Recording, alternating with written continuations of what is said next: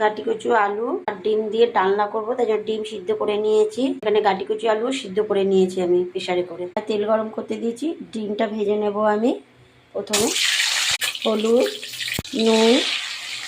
নুন আর হলুদ দিয়ে ডিমটাকে একটু ভালো করে ভেজে নেব। ভাজা গেছে, এবার আমি তুলে নেব।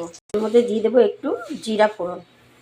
এবার দিয়ে দেবো পেঁয়াজ কুচি, 2টো পেঁয়াজ দিয়েছি এখানে আমি। দেবো একটু ক্যাপসিকাম কুচি, দেবো একটু নুন, যাতে পেঁয়াজটা তাড়াতাড়ি ভালো করে ভাজা হয়ে যায়। এটা খুব ভালো করে ভাজা হয়ে গেছে। এবার দিয়ে দেবো টমেটো পেস্ট, দেবো রসুন বাটা, আদা বাটা, কাঁচা লঙ্কা বাটা, হলুদ গুঁড়ো।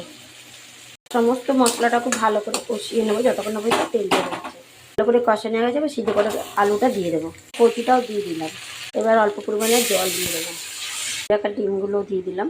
একটু সুন্দর মাখা মাখা হয়ে গেছে। এবার দিয়ে দেবো গরম মশলা গুঁড়ো, এবার দিয়ে দেবো ধনে পাতা কুচি দিয়ে তরকারিটা নামিয়ে নেবো। ডিম দিয়ে কচু আলুর ডালনা, দেখো কত